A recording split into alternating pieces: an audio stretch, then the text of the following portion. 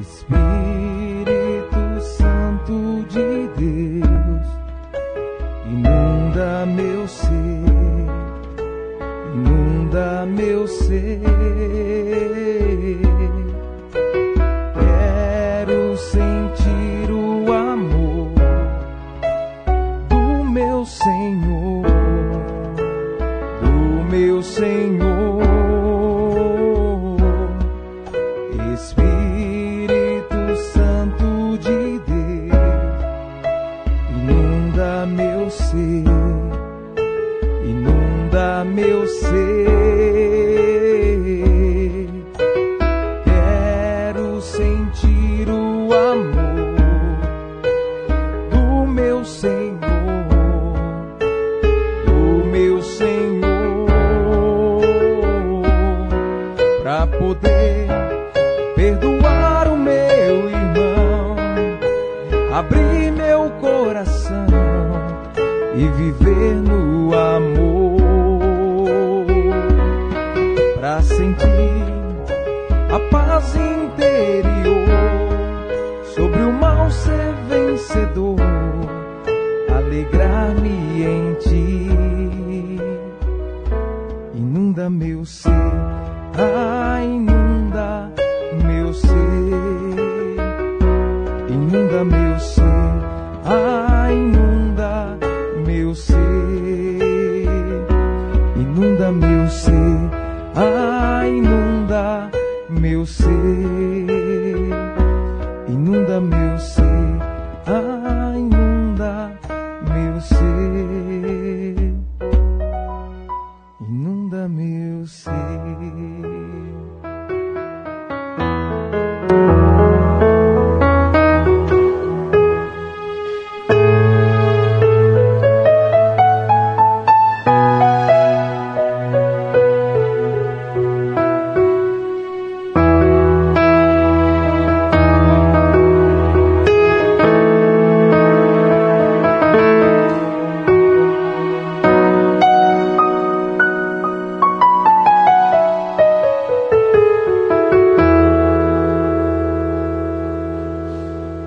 Proclamação do Evangelho de Jesus Cristo, segundo João.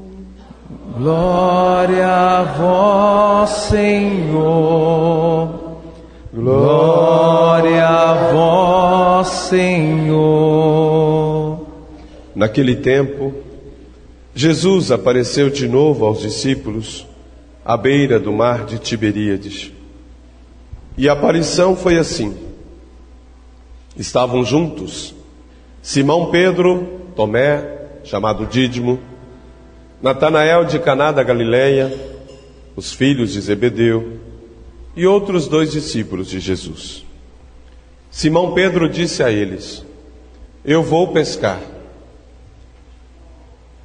E eles disseram: também vamos contigo. Saíram, entraram na barca, mas não pescaram nada naquela noite. Já tinha amanhecido e Jesus estava de pé à margem, mas os discípulos não sabiam que era Jesus. Então Jesus disse: moços, tendes alguma coisa para comer? Responderam: não. Jesus disse-lhes: lançai a rede à direita da barca e achareis. Lançaram, pois, a rede e não conseguiam puxá-la para fora por causa da quantidade de peixes. Então, o discípulo a quem Jesus amava disse a Pedro: é o Senhor. Simão Pedro, ouvindo dizer que era o Senhor, vestiu a sua roupa porque estava nu e atirou-se ao mar. Os outros discípulos vieram com a barca, arrastando a rede com os peixes. Na verdade, não estava muito longe da terra, mas somente a cerca de 100 metros. Logo que pisaram a terra, viram brasas acesas, com peixe em cima e pão. E Jesus disse-lhes: trazei algum dos peixes que apanhastes. Então, Simão Pedro subiu ao barco e arrastou a rede para a terra. estava cheia de 153 grandes peixes. E apesar de tantos peixes, a rede não se rompeu. Jesus disse-lhes: vinde comer. Nenhum dos discípulos se atrevia a perguntar quem era ele, pois sabiam que era o Senhor. Jesus aproximou-se, tomou o pão e distribuiu por eles. E fez a mesma coisa com o peixe. Esta foi a terceira vez que Jesus, ressuscitado dos mortos, apareceu aos discípulos. Depois de comerem, Jesus perguntou a Simão Pedro: Simão, filho de João, tu me amas mais do que estes? Pedro respondeu: sim, Senhor, tu sabes que eu te amo. E Jesus disse: apacenta os meus cordeiros. E disse novamente Jesus: Simão, filho de João, tu me amas? Pedro disse: sim, Senhor, tu sabes que eu te amo. E Jesus lhe disse: apacenta as minhas ovelhas. Pela terceira vez, Jesus perguntou a Pedro: Simão, filho de João, tu me amas? Pedro ficou triste, porque Jesus perguntou 3 vezes se o amava. E respondeu: Senhor, tu sabes tudo, tu sabes que eu te amo. E Jesus disse-lhe: apacenta as minhas ovelhas. Em verdade te digo, quando eras jovem, tu te cingias e ias para onde querias. Quando fores velho, estenderás as mãos e outro te cingirá e te levará para onde não queres ir. Jesus disse isso, significando com que morte Pedro iria glorificar a Deus. E acrescentou: segue-me. Palavra da salvação. Vamos aproveitar nosso encontro nessa manhã, abrir as portas do nosso coração para que aquilo que nós ouvimos seja de fato palavra que edifica cada um de nós. Você não veio aqui para ouvir a palavra do Padre, nem eu. Eu quero ouvir a palavra dele. E quero cada dia estar aberto para que essa palavra possa ir edificando a minha vida e transformando a minha vida naquilo que Deus quer, naquilo que Ele espera de mim. Porque tem tanta gente enrustida, engomada, que pode participar de 500 mil missas, entra e sai igual. Às vezes sai até pior. É triste. Triste o nosso cristianismo, né? Aposentado anos e anos. A cada vez que nós encontramos nessa casa, precisamos ser renovados por Ele. E só não é renovado quem vive fechado, porque o pior fechamento não é nem o físico, é o espiritual. Que você possa agora ouvir essa palavra que nós meditaremos juntos. A primeira leitura que lembra a experiência das primeiras comunidades, como que o Espírito do ressuscitado vai conduzindo a vida dos apóstolos e os primeiros passos daqueles que professam a fé. Também para eles não foi fácil. Como é que nós hoje queremos que seja fácil? Não será diferente. Nós pagamos um alto preço para sermos fiéis ao Senhor. Não é de graça. E cada um de nós vamos descobrindo isso pouco a pouco. E tomara que você já tenha descoberto. Ser fiel a Deus, permanecer nele, tem um alto preço. Porque quando queremos encontrá-lo, nós buscamos. Mas para permanecer nele, sendo transformado e modificado cada dia, nós precisamos renunciar a muitas coisas. E aí pagando o preço. E quando nós não somos capazes e não estamos disponíveis a abrir mão de tantas coisas que realmente nos seduz, nos fascina, nós não vamos conseguindo ser fiel. Vamos sendo a meia boca, né? Meia boca. Morro. E como diz o Apocalipse, morro não serve. Ou a gente é de Deus, ou não é nada. Começará lá, viu? Aquilo que hoje nós ouvimos, especialmente no Evangelho, a experiência de Pedro, que depois da ressurreição de Jesus tem a tentação de voltar à velha vida. Exímio pescador, anos e anos naquela profissão,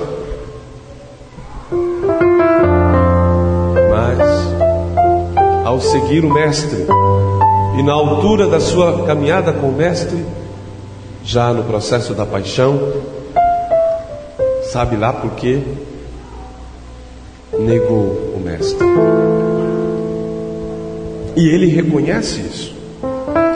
Ele causa uma profunda mágoa e uma profunda acusação nele mesmo, da culpa que fica. Você e eu já passamos por essa experiência.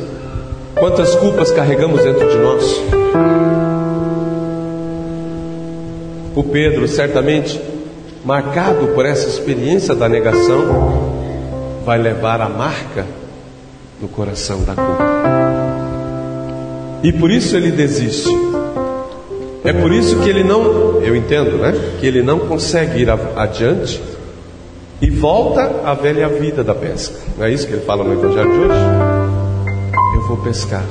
Porque descobre que não tem mais nenhuma outra, uma outra coisa. Comodamente, ele e nós voltamos à vida velha. Olha para ver.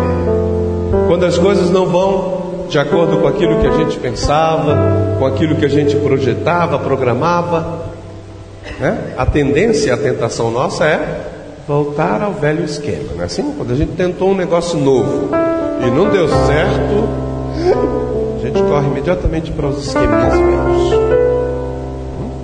Tentou colar, não deu certo, um outro jeito de colar. Não dá para colar na vizinha, na prova, aí faz no papelzinho, faz na perna. Era assim. Estou falando para as crianças porque hoje, né, eles estão aqui perto. Mas você que é adulto sabe disso. Tem tantas coisas que a gente já empreendeu, uma coisa nova e frustrou, não deu certo.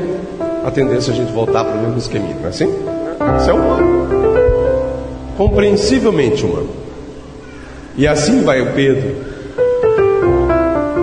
Todo mundo havia falado, ele mesmo foi ao túmulo, mas ainda havia, não que ele não acreditasse na ressurreição, não, ele carregava o peso da culpa, Márcio, dizendo: eu não sou digno de encontrar com ele. Talvez até fugisse, porque quando o texto fala que ele estava nu, e quando ouviu que era o Senhor, ele caiu dentro d'água. Porque quando nós fazemos uma coisa que não está correta, quando a gente carrega a marca da culpa, a gente quer esconder. Olha para ver. Não sai de casa, fica descabelado, parece uma Capitão Caverna. Meu marido me deixou. E aí carrega a culpa, né? Que será que fui eu que não tratei direito? Será que eu não fui uma boa esposa? E aí encafifa dentro do quarto, não quer sair, não quer comer, não corta o cabelo, não corta as unhas, vira um Capitão Caverna. Você não conhece gente que passou por isso, não? Eu conheço. Só para dar um exemplo simples, tem tantos outros, né? Que quando nós decepcionamos, quando nós passamos por uma situação, né, adversa, a gente tem a tendência de se isolar, de procurar refúgio, porque a gente tem vergonha, Augusto, de ficar mostrando a carona. Então, acha uma caverna para entrar. Por isso que vira Capitão Caverna. Pedro, lembrando da sua circunstância, vai a voltar à vida velha. Por isso ele diz: eu vou pescar. Os outros também não tinha nada para fazer, não tinha baralho, não tinha figurinha lá para trocar. Vamos junto com você. Olha lá. Até porque grande parte dos discípulos eram pescadores. Era essa a profissão deles. E eles eram exímios pescadores. Conhecia aquele mar da Galileia como ninguém. Como ninguém. Anos e anos trabalhando ali. E por que é que não pegaram nada naquela noite? Vai pensando aí pra você ver. Por que é que esse Pedro, tão dedicado à pesca, passa a noite inteira sem pegar um peixe? Porque ele estava num esquema antigo. Ele foi para pescar, mas foi assim, né? Vamos ver o que vai dar. Acorda. Vai pensando aí nas situações da sua vida que você também já fez isso, né? Hoje tem prova. Vou lá ver o que vai dar para fazer com essa prova. Hoje tem um trabalho, uma entrevista para o trabalho, né? Um novo trabalho. Aí você não estudou, não preparou, né? Você vai lá arriscar. Vai sem convicção, Celina. Vai sem a fé, sem a disponibilidade interior daquilo que move a gente. E aí não pega nada mesmo. Quantas noites nós já também labutamos e não deu em nada. Quantos empreendimentos e quantas lutas nós já enfrentamos e foram frustradas as tentativas. Olha para mim. Será que não faltou também essa convicção? Será que não faltou a força do ressuscitado para dizer: opa, aqui não? Porque aquele que tem fé determina pela autoridade que a própria fé confere a realização das coisas. Esse casamento não vai dar certo. Vai sim, em nome de Jesus, vai. Qual a diferença? É para tentar. A gente vai viver junto um tempo. Não, assim não. Vai dar certo sim. Viu, André? Acorda. Vai dar certo sim, porque o Senhor vai à frente. É Ele que toma a dianteira quando nós permitimos. Porque normalmente é simples. E quantos empreendimentos e lutas que nós já fizemos, não deu em nada. Não em nada. Porque faltou essa convicção interior.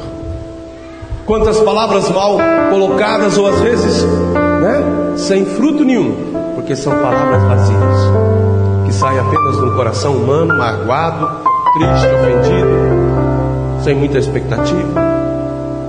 Não gera fruto, não causa o resultado. Você sabe, pai e mãe, dentro de casa também. Dentro de casa também.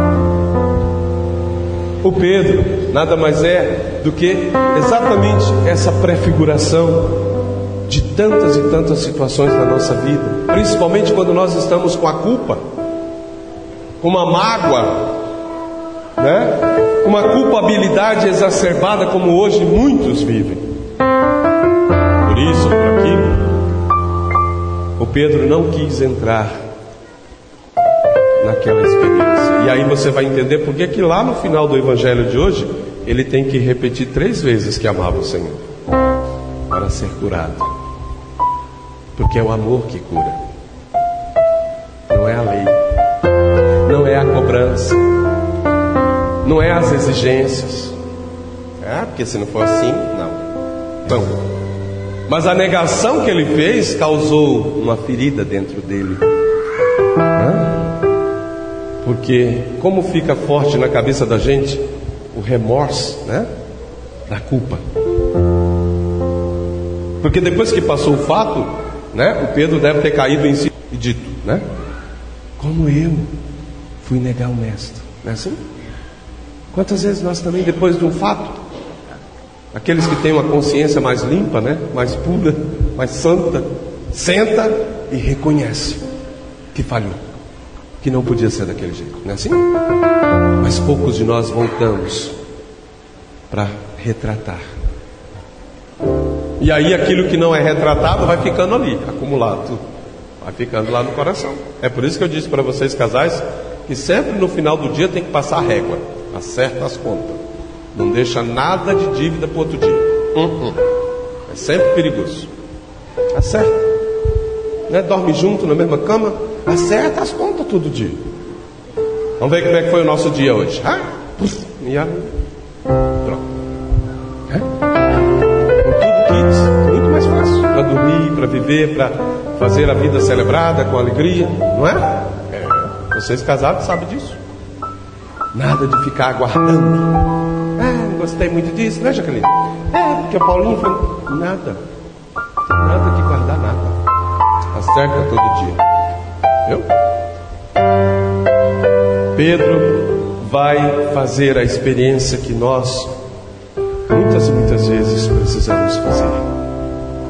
Voltar-se para o Senhor e deixar com que Ele nos cure dessas nossas mágoas, culpas, ressentimentos, porque senão a gente não consegue fluir a vida.